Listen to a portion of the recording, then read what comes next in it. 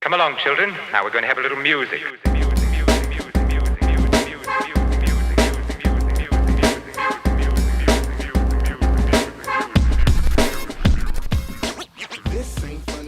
What is up? What is up? Welcome back to First Cut Live. What is good? We are here with another week of First Cut Live. We got a lot of stuff coming at you this way.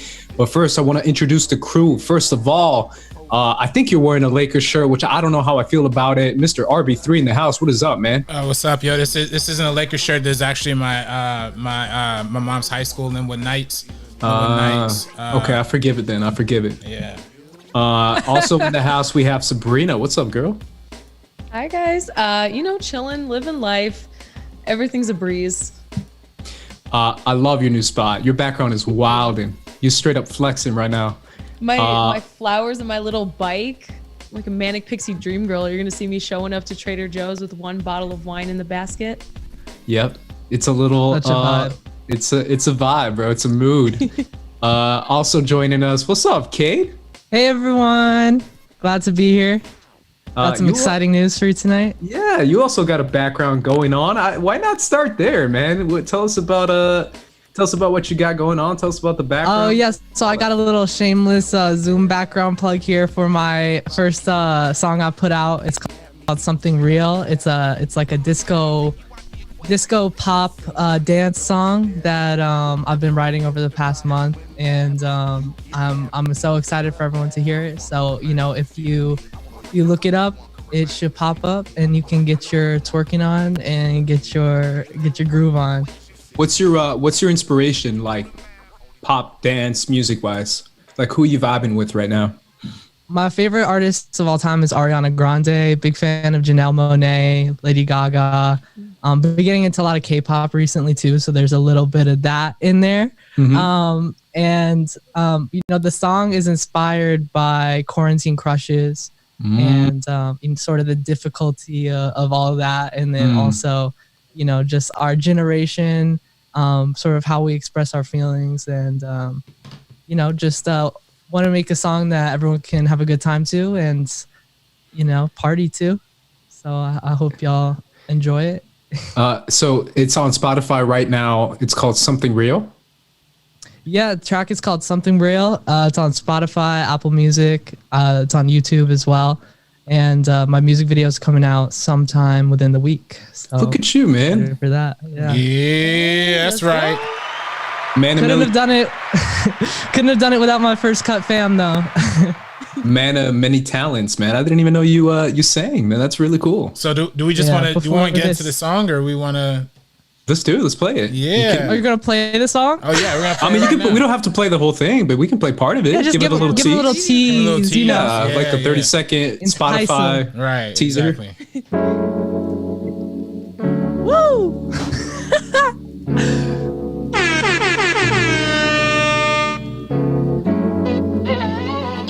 Could be like that guy. World premiere. It's a world premiere. You like the games we play, they're so unique, they're so down deep, and blushing around you cause you're the first real girl I've seen in weeks. So I'm learning love languages, Fresh Prince in your entanglement. So over all of this me time, I guess I gotta make it by. Read between your lines. I'm trying to let me see your hands. I'm trying to catch your vibe, and all I ask is before the night ends, baby, yeah, tell me something real, something real, something real. There's something about you, hooked on your appeal, all types of ways and every day. 6'2" boy, never leave you bored. Pink oversized hoodie has you in charge. Invested in our tension these weeks, so keep me pretending. Can we skip intro Netflix? Heart eyes cause I'm Netflix roulette homage. And the way you talk and the way you twerk is so eccentric. I'm running out of time. I'm reading all your signs. Subtext and overdrive, and all I ask is before the night ends, baby, me something real. Something real, something real. There's so much good that I can make you feel. Thank you to everyone in the chat enjoying the song. I hope you're vibing out. Yeah, so right now we got Hugo Chavez, Fabrico Rodas, Amazing Web. Good shit, bro. Good shit. Thank you guys. Thank you for Who made playing that track for you, bro? I got it from an independent producer Nice, online. man. Yeah.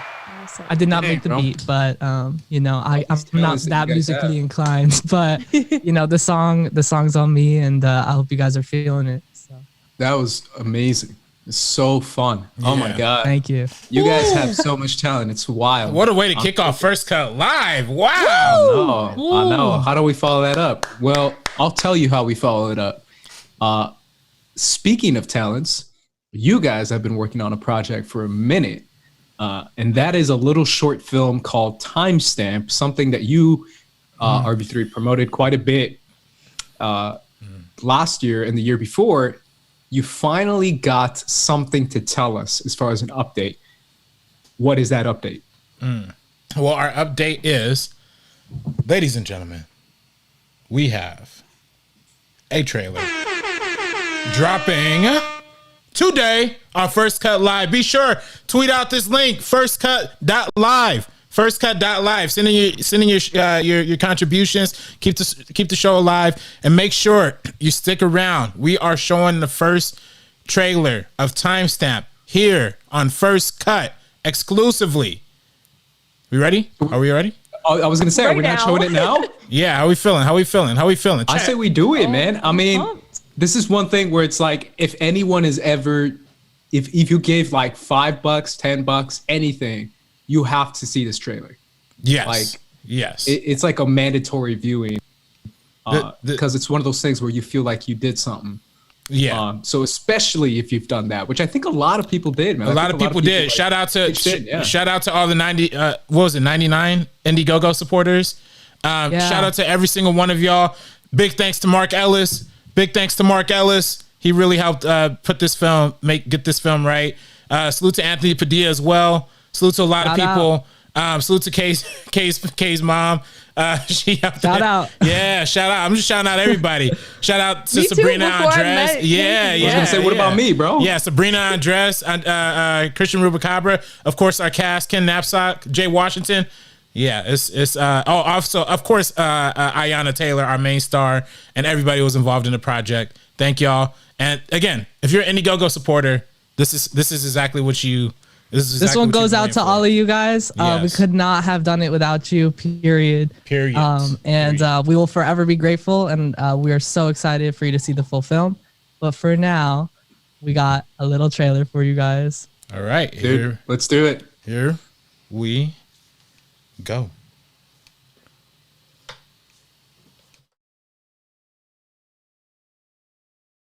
It's a masterpiece, baby. It's perfect. I love it. It's amazing. It's beautiful. Baby, listen, we gotta Yeah. get ready for work. Love you, baby. What? Work. Yeah. What happened to going to the science fair? Jackie, if you don't get your Look, she's not answering. We gotta go. 30 seconds. Jackie, hide! Let's go save some parents.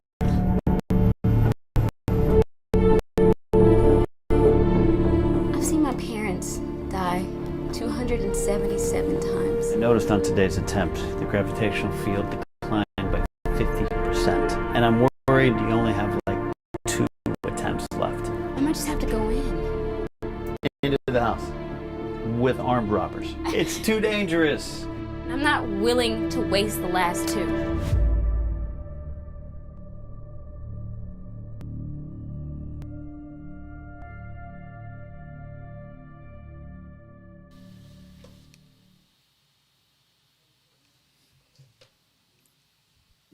What a tease. What a tease, man. Leaving us wanting more, bro. Hey, Guys, I am so freaking ecstatic for both of you. This looks absolutely incredible. Thank you. Sorry, I was sipping. Well, I should have been asking something. Dude, how does it feel? How does it feel to be able to release it, to be able to have something there and to physically see how it's looking? At least in trailer mode, because I'm assuming you guys have some sort of cut, right? Yeah, I mean, this trailer, just putting out this trailer just feels so amazing because, it's been about, over a year since we shot it. And I think that everyone's sort of been, wondering like what's going on, where is it? And I hope that this trailer shows you guys that this time was spent to push this movie to its absolute possible max potential.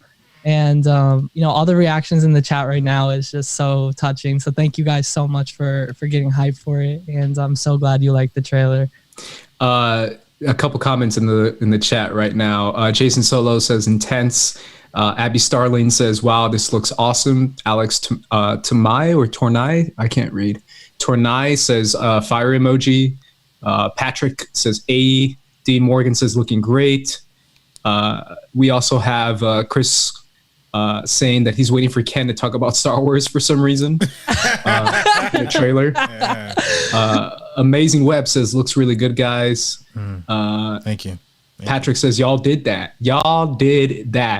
Thank you. Albert Stillwell fire emoji. Chris also says I'm pumped. Larry Lee says amazing. And then we got a super chat as well from Fabrico saying mucho fuego. RB3 can't wait to see it soon. Amazing Web says how long is it? It's a good question. The runtime is like 20 minutes. Yeah, about 22 minutes. 22 minutes. What's your guys's? So I'm gonna get to Larry Lease right now, who says who has a comment as well. But I'm curious what your guys' thoughts is on. And people, if you got comments and questions, firstcut.live. Help support the show. Help support the show. Sorry, Andres. Yeah. Release wise, are you guys gonna release it online? Are you guys gonna do it festival wise? Are you guys trying something else? Well, I mean, we're still. That's still debating. That's still thinking about it. Yeah, I mean, we're definitely going to enter fair. into as many film festivals as we can. I mean, the times have changed with the pandemic and all that kind of stuff, so it's kind of weird. But we're going to see how well we could do with that. I mean, people will probably end up seeing it sooner than later, though. I'd say, like, the world will probably see it, and definitely the Indiegogo's supporters will be seeing the film very, very soon because it's just that close. So. Makes sense. So the plan is festival first, see what's out there, and then if not, just release some stuff online. Is that kind of the vibe? Because I think this festival's still like exclusive, where you have to. Festivals aren't exclusive that much anymore. Sometimes, a lot of times, just because I remember when I shot a couple short films and they had to be like you couldn't show them anywhere. Yeah, I think the pandemic changed things. It's still looking. We still have to figure out a lot of things in terms of what we're gonna do with all of that. But I think people are definitely gonna see it sooner than later, for sure. Yeah, and we just started a YouTube channel for the movie. So when we do release it, it will be going up on there. The trailer is going to live on that channel. It's dropping on Friday at noon. Yeah. So tomorrow at noon. So this is the little exclusive First Cut family premiere, and then tomorrow you can share it around and watch it 100 times if you please. I'm honored you guys premiered on First Cut Live. Thank you guys. Larry Lease in the chat, he did a super chat. He says, RB3, love you, my dude. Wish you all the best. Can I hear that Skywalker one more time? That might be a paywall for that. You know what I'm saying? Little premium price. I could do a Luke Skywalker for Larry. Hey, I'm Luke Skywalker. Hey, what's going on here? Would you still be Terry for timestamp? Is Vader in it? Oh, yo, I heard Ken Knapsack. He likes to talk Star Wars, right? I'm in Star Wars. Can I go and touch this? You get the power converters. Yeah, I'm never gonna make a single Star Wars Luke Skywalker question because of that.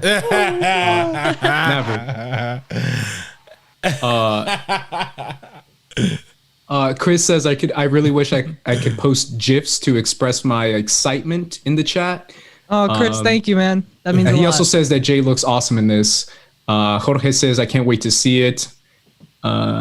He says how difficult it was completing it during the pandemic. Jorge says this. Yeah, I mean, over the past year, we've been, literally since the day we wrapped Picture, we've been working with several artists, collaborating on this project to, enhance it in ways that we could never achieve just ourselves. And, working with people is amazing, but everyone, has their own lives. And then when the pandemic hit, especially visual effects got impacted a little bit because that work actually started. Our VFX editor, Guy Bergman, who is absolutely Curbside Profit insane. 13 donated $30. VFX really thrived in the pandemic, so he was working a lot and doing a lot of cool projects. And so, the pandemic didn't really shift a lot for us because we were in post-production, but it just added on to the time, no pun intended. And working with the composers, Matthew Feder and Isaac Malak, they are also just like blow my mind with their music. And we actually already released the album for the original soundtrack, which is on Spotify, Apple Music, things like that. So if you want to stream Trauma or First Time Back, it's the name of 2 tracks. You can, loop those. Or how'd you get this rock? Put it on a playlist with something real, and then you're all set. Yeah. Exactly. Yeah, something real plus timestamp. Yeah. I was gonna say, is it the outro song? Like once the credits hit, you make me feel. We didn't think about all that. Of a sudden, we didn't think about that. But that might not Wouldn't that be amazing? That might not be. Tonally, it might be a little off. A little much. A little bit, just a little bit. Nah, a little dance number after. It works. A full tragedy. You do a cast doing the dance number, like straight up a dance number, at the end of the movie. Like the old school days. Oh, we did a I'm sorry, I was gonna say I just watched Slumdog Millionaire the other day, and they did the dance number at the end. Dance number at the end. That's kind of my reference. Is like literally like pull a Slumdog. And it's like, yay, we did it, and then the cast just danced for no reason. Yeah, Ken and Ayana dancing in that laboratory. That's amazing, guys. I'm so happy for you guys. What's the YouTube channel? Is it just Timestamp Movie or something? Yeah, Timestamp Film. I'll put a link in the chat right now. Okay. And if you guys could subscribe to that, that would mean so much because you can get all the notifications as soon as we post stuff on there. Yes. Including the actual film itself. Yeah, absolutely. Man, that's so cool. So happy for you guys. I'm so glad that even if it was a little bit, I contributed, Sabrina contributed. Yes. The First Cut family came out. They came out. Mark Ellis came out, like you said. Yeah. Shout out to everyone. And shout out to you guys for making it, because that's the real job. Thank you. Appreciate that. Thank you. Didn't Brian do something too? Brian Perez. Yeah. He was He was our production sound on it. And then Brian Ward, our great graphic designer. Curbside Profit 13 donated $30. I'ma need those glasses Ken's rocking. I'll pay top dollar. Congrats on all the success, guys. Looking forward to Timestamp and RB3's next adventures. Thank you. Nice. Who was that? That was Curbside Profit. Got you. Again, if you donate $10 and more, you could, contribute to the show. Help keep us alive, man. Why not? You saying Brian Ward too, though, right? Oh, Brian Ward, he's done graphics for First Cut, obviously, and Meaning Of. He designed our excellent poster that you can see behind Cade. Look at that. Isn't that beautiful? That's gorgeous. I'm looking forward to people seeing it because, I think it's going to blow people's minds. I think, like Kay said, the VFX is going to look nice. And it's only in, it might, the color, it's all temp too, by the way, like what we see in the trailer, like it's still temp. So it's not going to be final color correction, all that kind of stuff, still a little bit of tweaking that needs to be done, but it's like. Who's doing the color correction? Can I ask that? I know it's a weird question, but. It's our cinematographer, Rudy, who shot the film. He's also a colorist and he's an amazing DP. We shot the film on, speaking of, Slumdog Millionaire in Bollywood, we actually shot the movie on like these anamorphic lenses that they used to use in like 80s Indian films. So yeah, it was like a really exclusive piece of glass that we got to put on an excellent Blackmagic Ursa Mini. So it was really dope. That's amazing. Yeah. So it's Blackmagic shot? Yeah. It's gonna be in 4K. The trailer, I mean, this stream is in 720p, but the trailer will be released in 4K, 2.4 aspect ratio. I'm telling y'all, man, you see it in anamorphic, like it's nice, like it just looks different. You know what I mean? It just looks good. So that's amazing, man. It's obviously cool. If you watch it on YouTube too, and you put it sideways, it fills up the whole phone. which is nice. Ah, look at that, man. Look at that. Yeah. Dude, I'm so happy for you guys. Honestly, this is amazing. Again, go to the YouTube channel. It's called Timestamp Film, you said? Yes, It's in the sir. chat. Timestamp Film. It's in the chat. I'll put it in the chat one more Let me time. make sure I put it in the description too. RB3, I know this is the title of the episode today is kind of centered on you, man. Is it? You got some news. Yeah, it is. It's literally the title. Well, I mean, we could talk about like other things first. We talk about Joe Yeah, Biden. but let's All right, we should talk about that too. But let's start with this. What do you how you feeling, man? You got everyone knows now it's kind of all over the internet that you got a new gig. How you feeling, bro? Leaving SEN, moving on to something else. Yeah, I mean, it's heartbreaking. You know, I really, you know, I've been working for the, you know, back when I started, it was the Schmoes Know Show for 4.5 years. Joined April 2016. I remember the day I interviewed. Actually, I remember it like so clearly because that was also the day Prince died. And it was, yeah. So that was the day I interviewed, met Christian Rubicabra, who interviewed me, and met Kim. Kim was one of the first people who I met and embraced, and, you know, look at where we're at now. So, and yeah, just everything that has come from, you know, being a part of that show, just all the amazing laughs, all the amazing, fun times we had. Like, you know, obviously our show pretty much started from the Schmoes Know Show. Yeah, I was gonna say that's where I met you, right? Yeah, that's I where was we met. there. Yeah. You're an associate producer At Schmoes. Yep. And I was just I was the intern, and we just always talking movies, talking hip hop, just all of it. It was just it's like all the dope things in my life kind of all, you know, spawned from being a part of this show in this crazy world. So I'm really appreciative and happy to be a part of it. And I, you know, I'm sad to leave. I'm really sad, you know, to not be a part of SEN live every morning, but I'm still going to be like in the community. Like I'm probably still going to be at some of the Saturday shoots, like on, when they shoot, you know, go back to the studio, shoot the actual Schmoedown matches. I'll still probably be there. I'll still probably show up on whoever's show, you know, whoever's show they have me on whenever I'm available.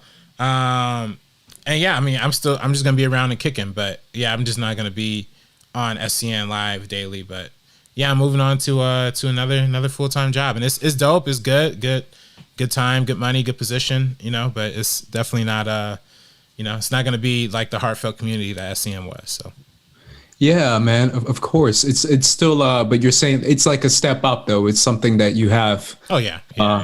That's great, man. That's really cool. Are you allowed to say what you're going to be doing? Yeah, I mean, I'm allowed to say. It's funny. Somebody, I think Christian asked on SCN. I was like, I don't know. I'm really. It wasn't because I'm like trying to hide or anything. I just don't know if our audience necessarily is going to know what this company is. But the network, I know some people will know network.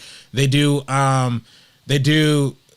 product drops every single day. You know, stuff that, you know, I obviously connect with, like hip hop culture, like sneakers, clothing, and then they also do stuff like pop culture stuff like Funko Pops, all different kinds of products drop through their app. They have a particular app that, you know, that goes to their stuff, and once the product drops, you're able to buy it through the app and all that kind of stuff. So also with those you know, with those drops comes like a daily video. So like a video or you know, accompanies the drop, or content, not just a video, content is going to be a part of it. And I'm just going to be a producer of that. So company's network, producer at network, that's what I'm going to be doing. And I was really fortunate to talk to one of the head dudes over there. And we had a really great conversation about, you know, what the future could look like. You know, it's going to be an opportunity for me to expand my network. Have the opportunity for me to just be more hands-on into the production thing. And as much as I love Schmoes, as much as I love doing everything I've been doing over the past few years, the one thing I actively don't like doing is editing. And that's the thing I kind of like am known for, and that's the kind of thing I pretty much do the most. Yes. So this is fortunately a job where I definitely don't have to touch any more editing or any kind of technical stuff anymore, anywhere. So it's worth it just for that. It's worth it just for that. But I still be behind the camera. Obviously, I'm still going to be, and you know, this job is full time. So I don't know how First Cut schedule is gonna look in the coming weeks. We're gonna talk more about that. We like more off camera, sure. But like, but like, you know, I think having a better resource for myself is gonna definitely allow us to have more stuff, you know, here, and have more be more flexible with our schedules. And we might, you know, we're going to debut some stuff at the beginning of next year that is also going to be really helpful towards, you know, our little growth too, hopefully. And obviously me and Kate are working on an amazing new program for First Cut as well. Should I have said that, Kate? Should we?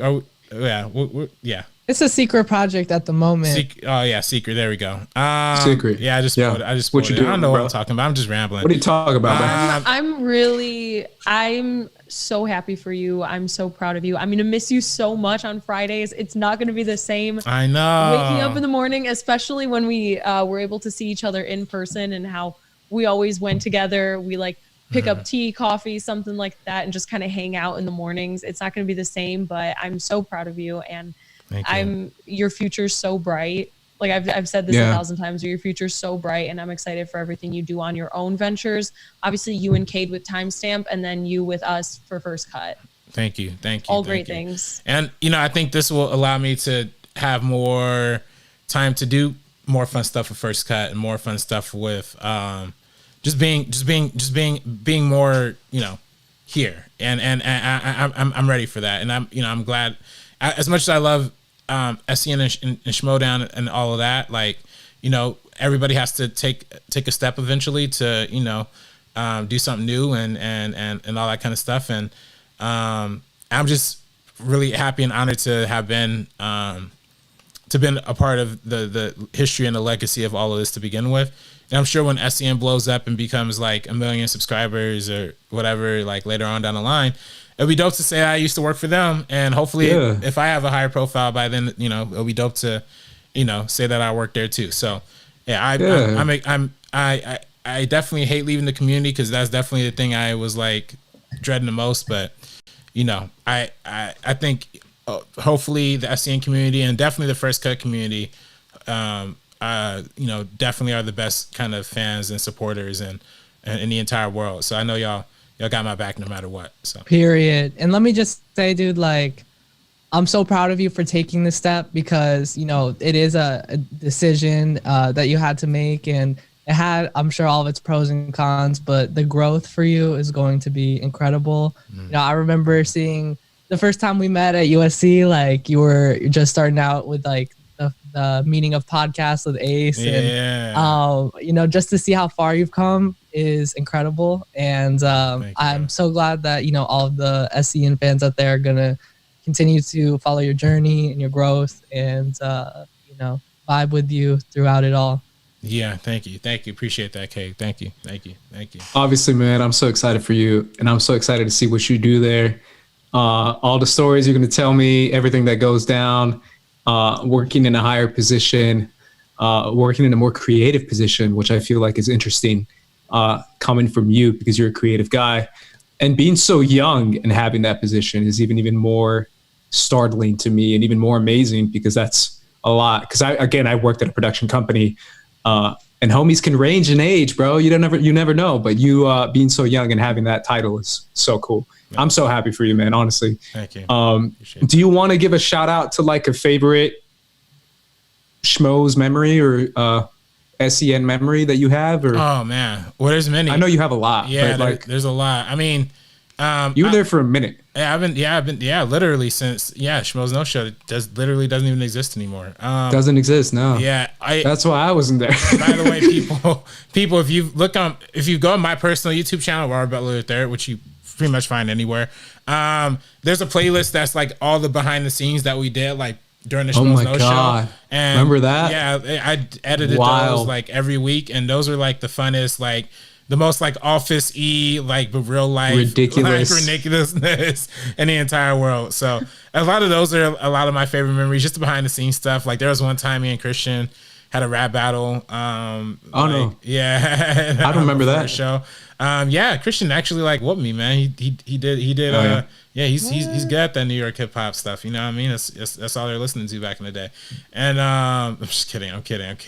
And then but I will never forget the episode. I'll never forget. And I know this sounds egotistical, because like this episode was I did end up winning this celebrity impression dating game at the end of this episode, but I forget the exact episode the Schmoes No Show was, but the one I did the James Earl Jones impression, to me that's the best episode of all time, because that impression thing happened at the end and I won, but that was at the end. And the beginning, what people don't remember, is that Josh McCougar went on a rant. It was about something ridiculous, like Michael Bay. Like he went on a crazy Michael Bay rant. And then Tom went on a rant about like how Blade Runner 2049 was going to suck. And this was way before the movie came out. Yeah. And it was just like, I remember this because I was there. Yeah.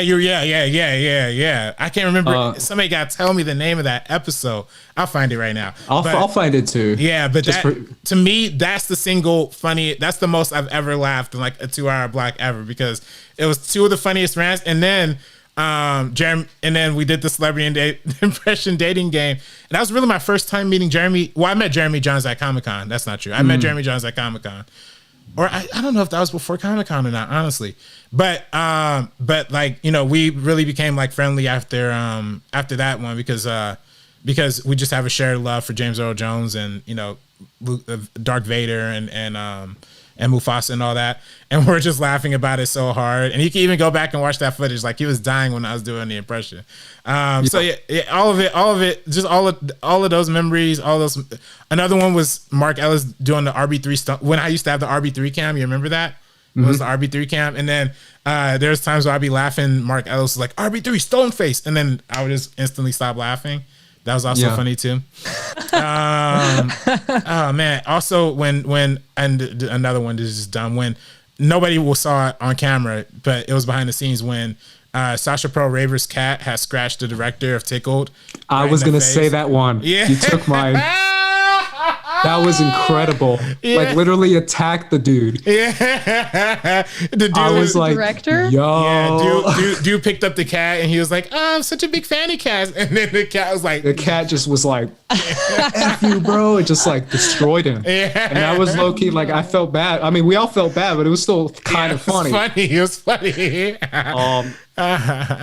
It was wild. That was a wild one. I remember that. Yeah, for sure. Any others that you want to shout out, man? Or SEN memories too. More recently, man, there's a lot of SEN memories. I remember. Can I say something? Obviously, just because. Yeah. I mean, I was only on Schmoes, but when we were on the couch. Oh yeah. Remember that? Yeah, I do remember Anytime we were on the couch, but low key, like the couch stuff we did. Yeah, that's what we did on this show. No, but the couch stuff we did was kind of low key what inspired the meeting of. It literally was, yeah. Because I think it was McCougar. I have to give a shout out to McCougar. I think it was McCougar who was like, "You guys should have a show." I think he's the one who said that while we were on the couch. The origin story. Yeah. And it was a joke when we were on the couch too, because you remember they used to throw to us and be like, and here with the morning news. Yeah, and we're like, "Hey guys," and we literally had our legs up, and we're like, well, "Today we're gonna talk," and we were just goofing around. But we did a solid ass impression of like a morning show. It was solid as hell. Like I didn't know like we could ad lib like that, but it was dope. Like we could pull a morning show off. We could pull that off. But stuff like that is like a great memory for sure. I'm checking the chat right now. I don't know if you want to add anything, Sabrina. Oh my God, there's too many. There are every single episode of SEN that's how I just don't know how it's going to be without you. Because every single time you just do the wildest stuff. At like a few weeks ago when you took your shirt off, but your camera angle was like that was funny. That was funny. What was that? Was like this though. Yeah, because the other a couple weeks ago in SEN, I was like, if we had $1,000, I'd take my shirt off, and then we hit it. I was like, all right, yeah, I'm just doing the rest of the show like this, like. It was incredible, but you see like bare shoulders. Yeah, and I think it was right after like the Michael B. Jordan. Oh yeah. See that perfect timing. You reached a different level when you did that, man. On Twitter, I was like, damn, bro.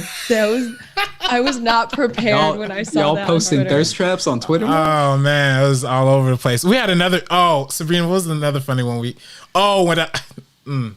I was like, when we're talking about. Oh no, we shouldn't say that. That was. It was. I know what you're. Me and Alex, I was just with him. I think it was last night or the night before, and he played it 5 times. Are you talking about the strap? Yeah. So the other day, I don't know, man. People ask crazy questions. Somebody on SCM was like, "Who will win in the fight, a hot dog or a strap on?" And then I just asked Sabrina if she's ever pegged anybody. So or pegged a dude. Yeah, that was an iconic memory too. See, and that's stuff that can only happen at like 10 in the morning on a Friday, because all of us are just done with our weeks. We all just like wild out on Fridays. It's just ridiculous, and I love it so much. Sabrina, you remember the one when Roka was talking about like when Roka was talking about like something like he was saying something like what was it? But I think he was saying like, oh yeah, there's an ultimate way you gotta get back in a relationship, and I was like, yeah, I was gonna say that. Oh, okay, you would probably remember that better than I do. Yeah. Somebody said their worst breakup story was like this wild thing. So then Roka's like, Sabrina, what's yours? And we were all gonna go around, and I was like, I didn't want to say my actual real breakup story, so I was just kind of like, oh, like. Well, like this really happened, but this isn't the one. But I was like, oh, people have been like, oh, I'm gonna kill myself and like things like that. I said that, and then oh, that is morbid. Oh my god. and then people have threatened me with that, and we're laughing. And RB3 goes, that's like a Hail Mary. Yeah, that's how you get her back. Like that's the You're like, bro, that's like number 3 in the rule book, man. Yeah, that's not even that weird. If you're not doing that, you're not trying hard enough. Like, come on now, like. No, I need to find that episode. That was my favorite thing, because you go like, yeah, nah, like I'm gonna kill myself as the Hail Mary. Yeah, you gotta say it. It's true though. You're like, bro, I gotta take my last shot, bro. Yeah. 2 seconds left on the clock. That was funny. That was a good one. Oh man, we had so many. Oh yeah. so many good ones. Many. Oh my God. I'm so happy for you, man. Honestly, this was a long time coming for you to do something that's really cool, and you're finally doing it. Thank you.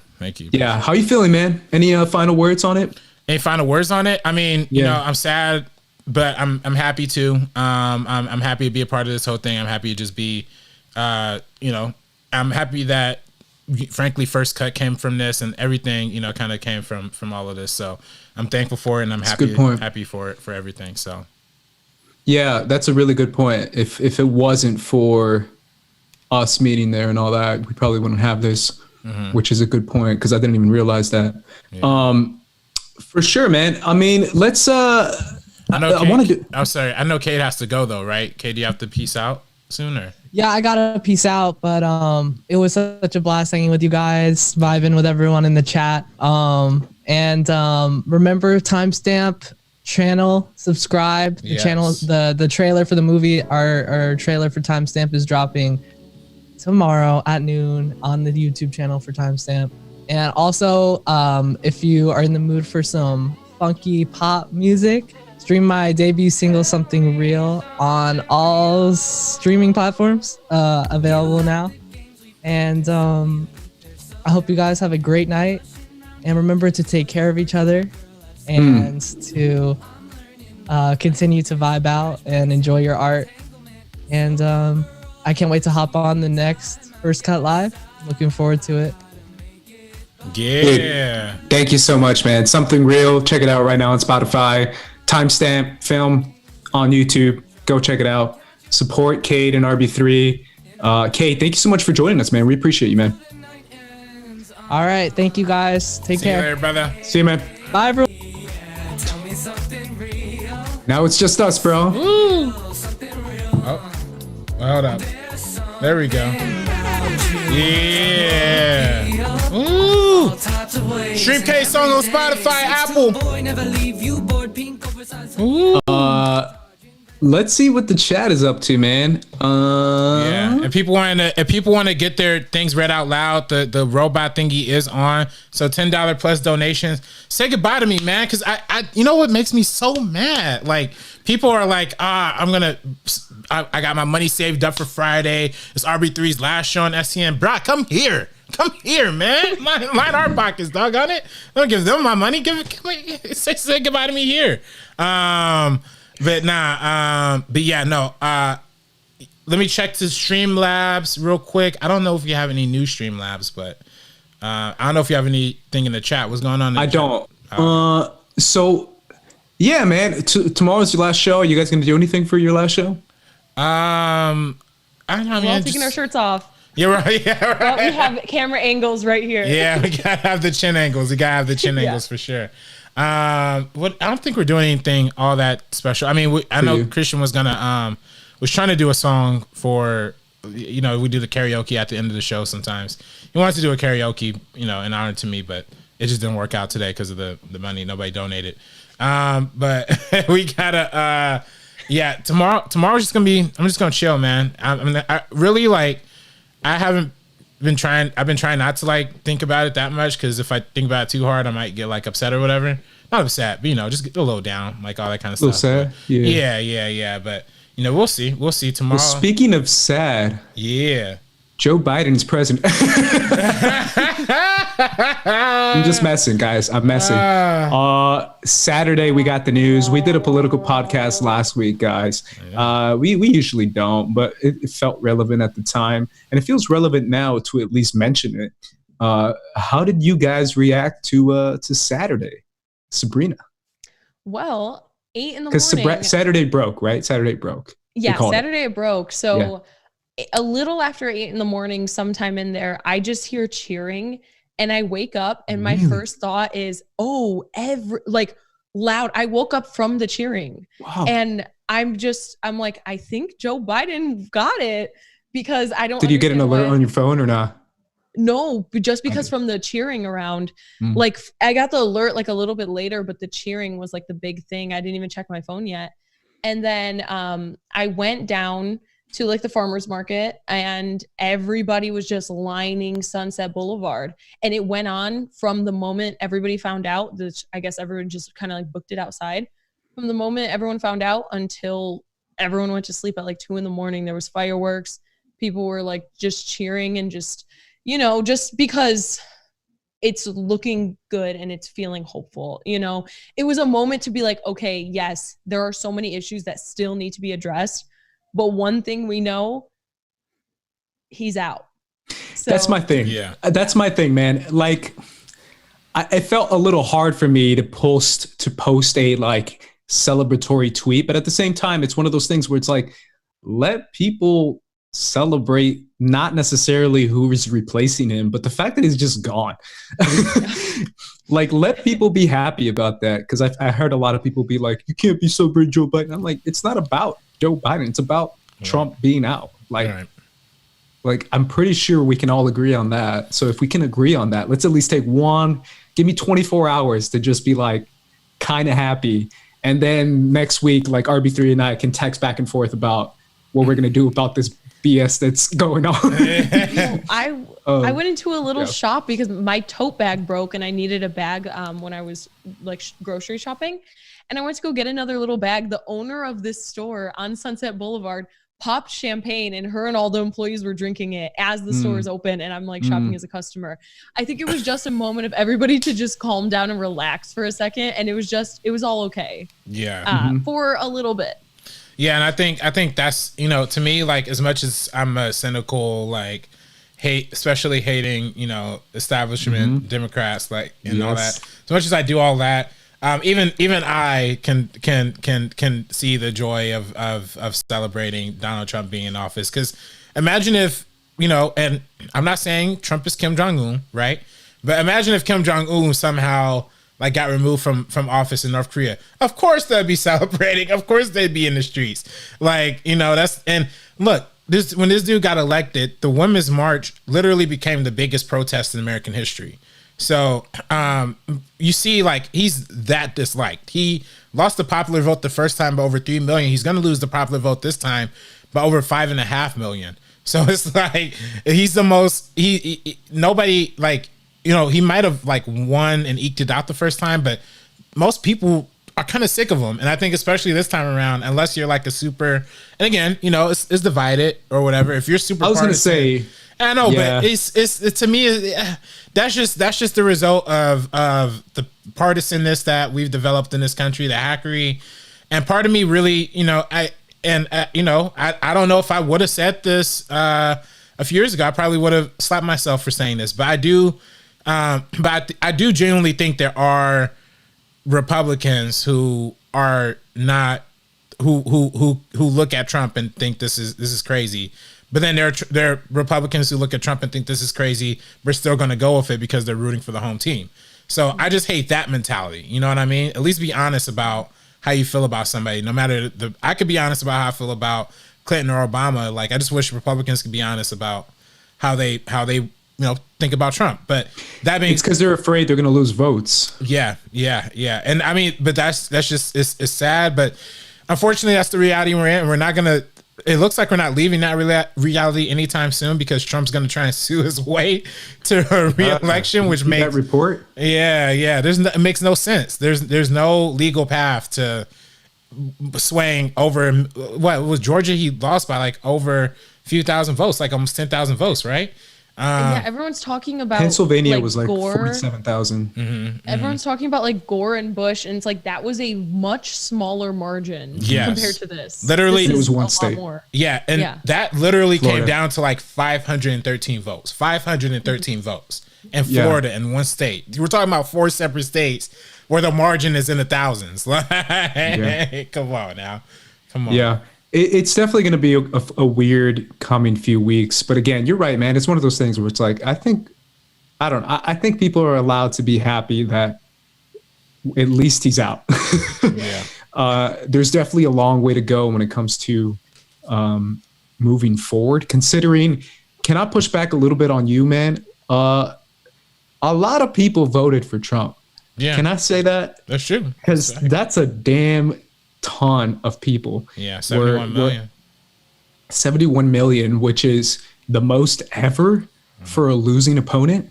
That's a lot. Like, that's a lot of people who, it's not just like, it wasn't a blowout. I mean, we talked about it last week where we talked about the idea of, you know, oh, everyone hates Trump. You know, he's going to lose by a bajillion. And it's like, no, he barely was.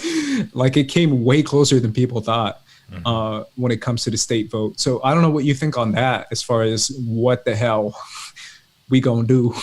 I mean, it's the partisanness, it's the media ship of it. Part of me wonders when we're like not in the Trump. I think Trump, it's funny because I talked about it before. Trump is like that perfect like American celebrity meets corporate dude, you know, who kind of stumbled his way into the White House, right?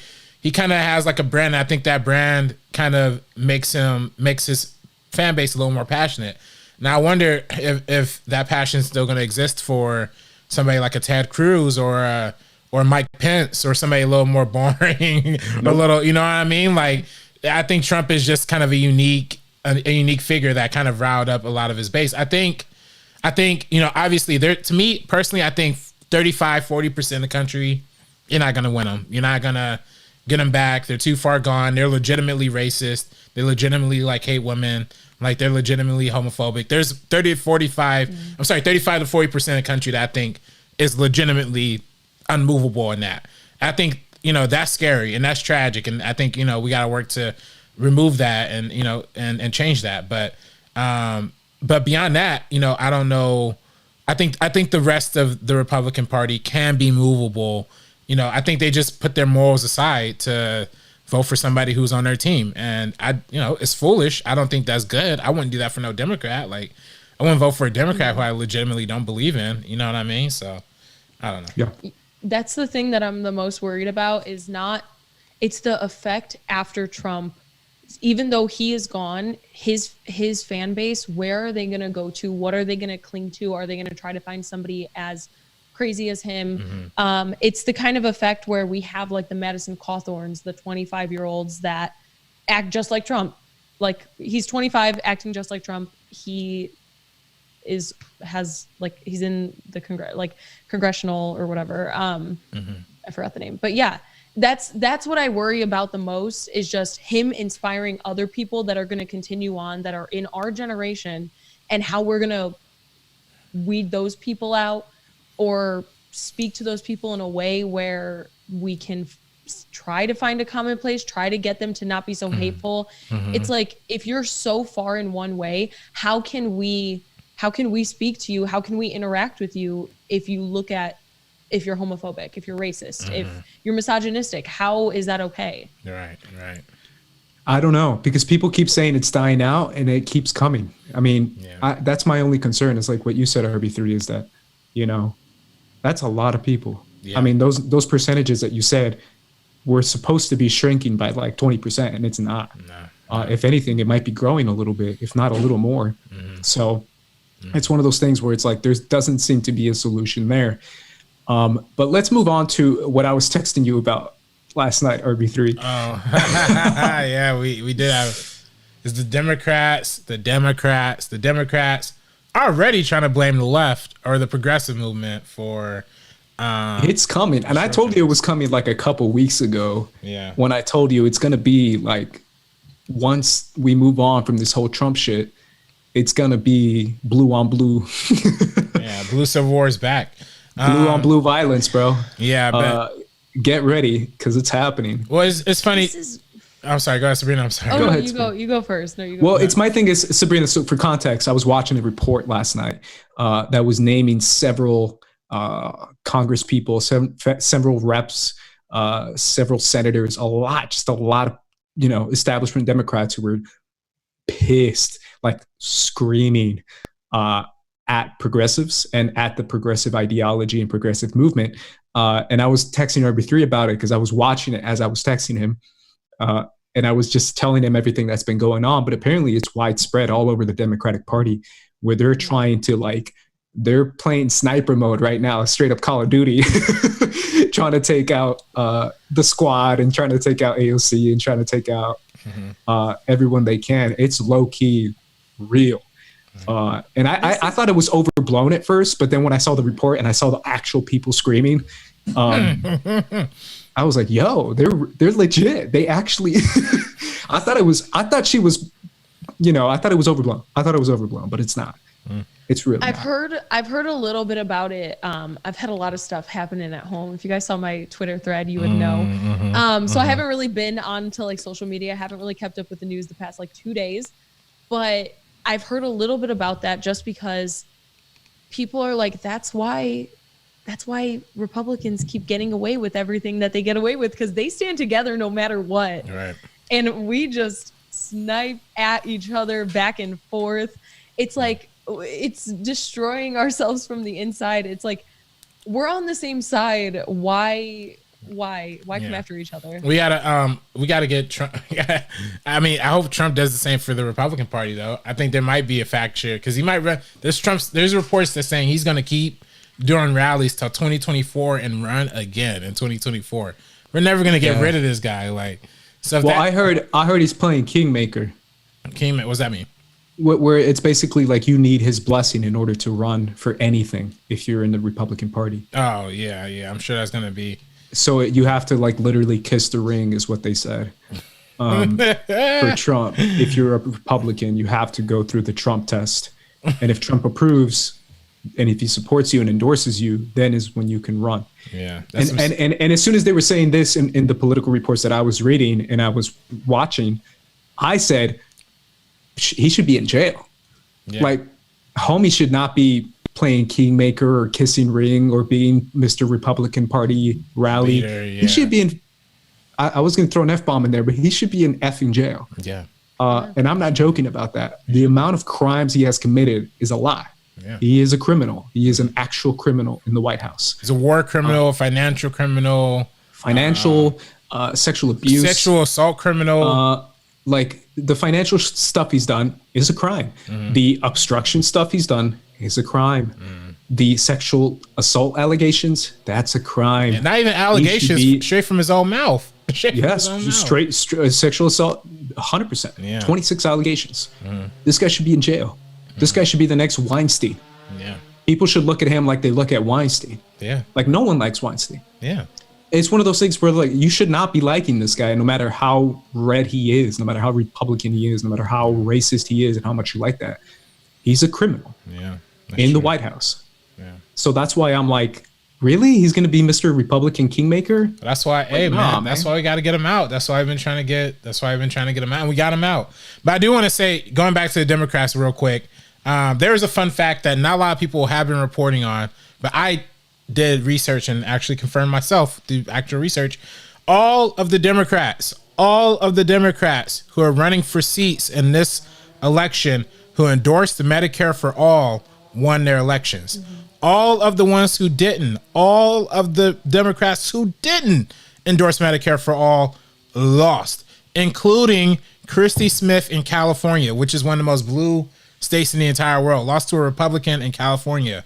She didn't endorse Medicare for All. And that's in, not California, I'm sorry, LA. She ran in LA. Also, there's another congressperson, I believe in, I think it was Milwaukee or something like that. But anyway, yeah, all races that were projected for Democrats to win didn't end up winning because, they didn't endorse Medicare for All. So, okay, so here's my thing. Let's get through that. What do you think about this whole blame the progressives thing? Well, it's just silly and it's stupid. I mean, I said it in our text last night too, Andres, but you look at who won the elections. All the squad won their elections handily. And not only that, AOC delivered New York to Biden. Ayanna Pressley delivered Massachusetts to Biden. And Rashida Tlaib delivered Michigan to Biden, which Trump won in 2016. But even though Trump won in 2016 in Michigan, you know who won and got into Congress? Rashida Tlaib, far left. How does that make sense? Got the far right president on the ticket, yet the far lefties in the office, because people want to believe in something. People actually want people to run on something, believe in something. So, it's funny they blame like AOC, the squad, they're killing us. They're killing the Democrats, they're killing the Midwest. But even in the Midwest, it's showing like good results for people who actually believe in things. It's the Democrats who are like, we gotta appeal to the Republicans in my state, and we gotta make sure we're not doing anything too radical. Like we're the blue dogs. You know what I mean? Like it's just no. You have to. It doesn't matter. You can't base it on what you think people are going to believe in. You should just do something that's right for people. So. So what would you say to the people who say that the result of all these people coming out for Trump isn't a direct reaction to the squad and AOC and progressive movement? Well, I mean, that's dead wrong too. I mean, look at the voter turnout that AOC inspired just from her Twitch. Like, she was one of the biggest Twitch streams in Twitch history. Because of and it was all to vote, like, and the youth turnout this time was way higher than the numbers in 2016 were, and those numbers ended up being a helpful impact to the election. So I think the progressives are doing a much better job, to me, helping get young people out than the moderates are doing getting their middle aged to old people out. So yeah, man, it's gonna be a weird, crazy January for sure. I am so curious what's going to happen because, again, I think there's a steady elimination of what's going to happen with the progressives ideology, everything. It really is going to be one of those things where they're going to do everything they can within their own party, and I'm talking about Democrats, to get the squad out. I don't know if you have thoughts on that, Sabrina. I just think that they're wasting their time on something that they shouldn't be at all. Like, that's not what you should be focusing on at all. You should really be focusing on just getting the party together so we don't have to go through another experience of what we did, because people are seriously just fed up at this point. So they're attaching themselves to people like AOC, who is just a normal person and was a bartender. She's really young. She's very lively and she genuinely cares. So young people are attaching themselves to that and looking up to her. What's wrong? What's wrong about that? What's wrong about blaming people in your own party? Just focus on what actually matters. This is you're fighting a dumb battle that's unnecessary. Yeah, it's definitely wild. Sabrina, before you head out, because I know you have to head out, did you see the Gotham Awards? I did not. Oh, okay. I wish I could do this. Let me do this real quick. Was it last night? No, the Gotham Award nominations. Oh, because they're usually like later in the year. So I pulled these up. Whoa! We're not in award season already. There's no way. That's why I'm like, wait, what happened? We totally are. Yeah. On last night? No. The nominations. Wait, what? So here are the nominees for Best Feature for the Gotham Awards. For anyone who doesn't know, the Gotham Awards are more indie movies and indie films, stuff that we like here at First Cut. Yeah. And a lot of movies, I got to be honest, guys, I haven't seen a lot of these. So for Best Feature, we have The Assistant. Okay. First Cow, Never, Rarely, Sometimes, Always. There we go. Nomadland and Relic. Wow. I haven't seen any of those. That is an awesome. I haven't seen a lot of these, but The Assistant, First Cow, Never, Rarely, Sometimes, Always. 3 amazing choices for this, and I've been really looking forward to the other 2. I'm so happy to see that Never, Rarely, Sometimes, Always is getting in the conversation, because you and I spoke about that, and you even said, I think you said it was like your favorite of the year, basically. It is. And I think it's a absolutely beautiful film, and it came out, feels like it's ages ago now, but I think it was like March or April, somewhere around there. And not enough people have seen it, so I'm just really happy that it's in the conversation. So let's jump real quick to director. Okay. Which director? The breakthrough director? Breakthrough director, yeah. Check this out, Sabrina. For breakthrough director, I'm laughing because the first one is funny. Carlo Mirabella Davis for Swallow got a nomination. 40-year-old version, Rada Blank. Andrew Hale donated $10. Okay. Hey RB3, great things are coming for you. We're all gonna miss your laugh on Senator. Much love. Michael B. Jordan is the GOAT. Thank you. Thank you so much. Andrew. Channing Godfrey Peoples, Miss Juneteenth. Yes. Alex Thompson, St. Francis, and my favorite, Andrew Patterson for Vast of Night. Yes. Yes. An incredibly well-directed movie. Did you guys see that finally? Because I saw that and you guys didn't when I talked to you. Yeah. Oh, okay. Dude, amazing. Right? Loved it. Yeah. Right? That's the one that got me happy. Also, Miss Juneteenth. Shout out to Miss Juneteenth. She's the director of that is actually a USC graduate. Amazing black woman. Amazing black woman. Awesome. I like to see Swallow on that list. Swallow is underrated. I know because you liked it and we did not. Yeah, you guys did not vibe with it at all. I absolutely loved it, and I think one of the strengths is like the direction, the cinematography. I think that was the best part of basically the entire film, besides Haley Bennett's performance. Real quick, Best Actor: Riz Ahmed, Sound of Metal. Chadwick Boseman, Ma Rainey's Black Bottom. Jude Law for The Nest. Jan Magaro for First Cow, and Jesse Plemons for I'm Thinking of Ending Things. Wow. Yeah. Yes. Which I was like, what?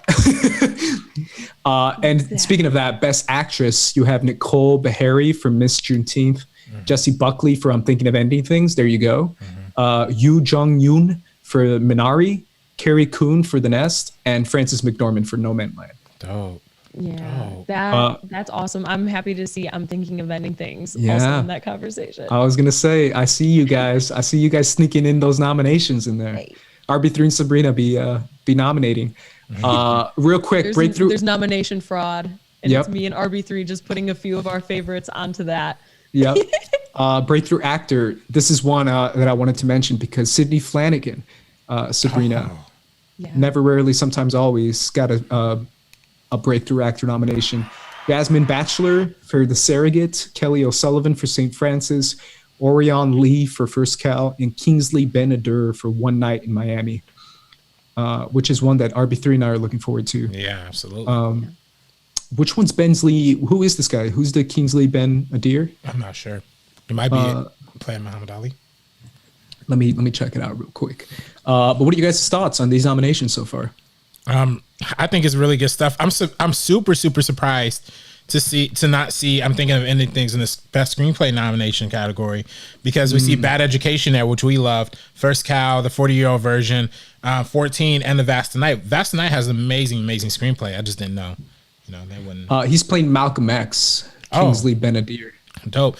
Yeah. Also, well, he got nominated for it. And also, real interesting, they nominated Cuties for Best International Feature. They did. They did. Very interesting. I am surprised because I thought screenplay is like a lock for I'm Thinking of Ending Things.